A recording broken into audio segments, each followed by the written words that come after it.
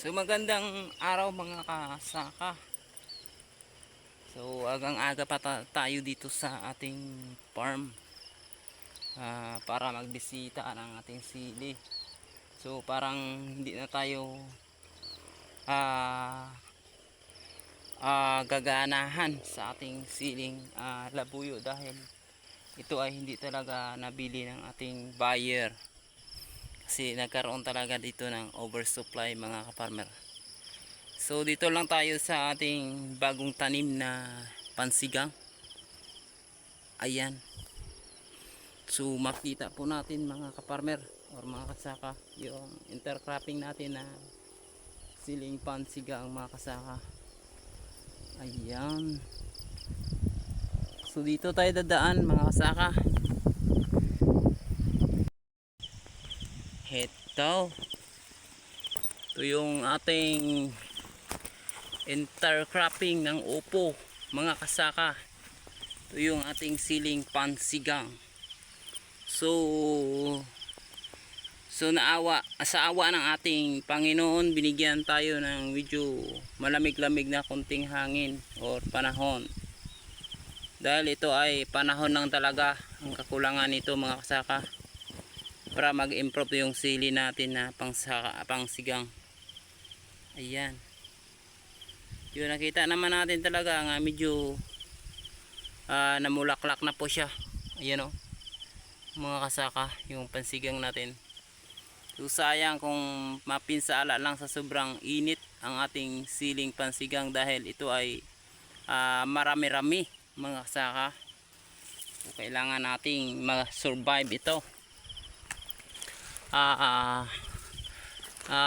Kasi marami to mga kasaka, 2,000 seeds po ito. So kung masayang, malulugi naman tayo mga kasaka. Laki naman ang lulugiin natin kapag ito ay masasayang mga kasaka. Yun. Ito yung area natin at nataniman, medyo mahina pang iba.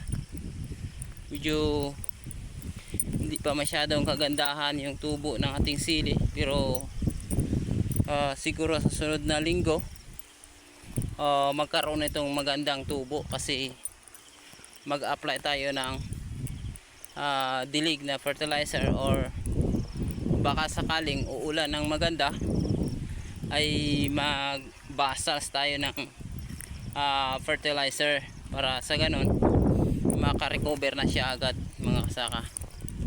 You know, nag-spray na kami ng kahapon ng para pang uod kasi ito ay inatake ng uod tulad ng free baton po yung tirada natin sa uod mga kasaka. Yan.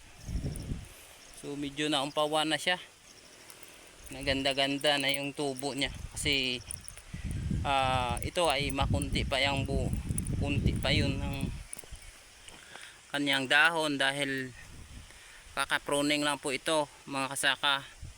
So kailangan talaga yung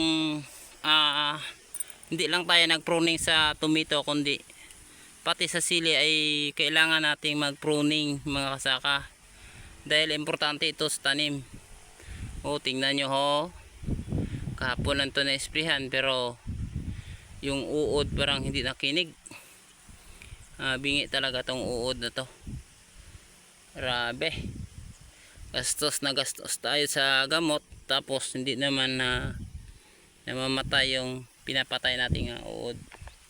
So maganda na siya tingnan mga kasaka pag lalo na ito ay mag 1 month inihap kasi ito ay nairapa ng sili mga kasaka. Pag hindi lang ito nairapa or hindi lang nasira yung tubo niya sa sobrang panahon, sobrang init ng panahon, ito ay nagdadala ng bunga sana. Ayan. Yan sili natin. So malinis na yan mga kasaka dahil mayroon kaming para damo. Noong isang linggo ubos talaga siya. Pati na araro sa gitna. Tapos inaararo sa gitna kaya nagkaroon ng sobrang malinis ang ating silihan. So, yun ang area natin mga kasaka. Yung sa baba na yan, intercropping. Pero magandang tubo dyan mga kasaka. Yun o. Yun o. Medyo malaki-laki konti to kasi 2,000 ang seeds na to. Itinanim dito mga kasaka. Yun, thank you.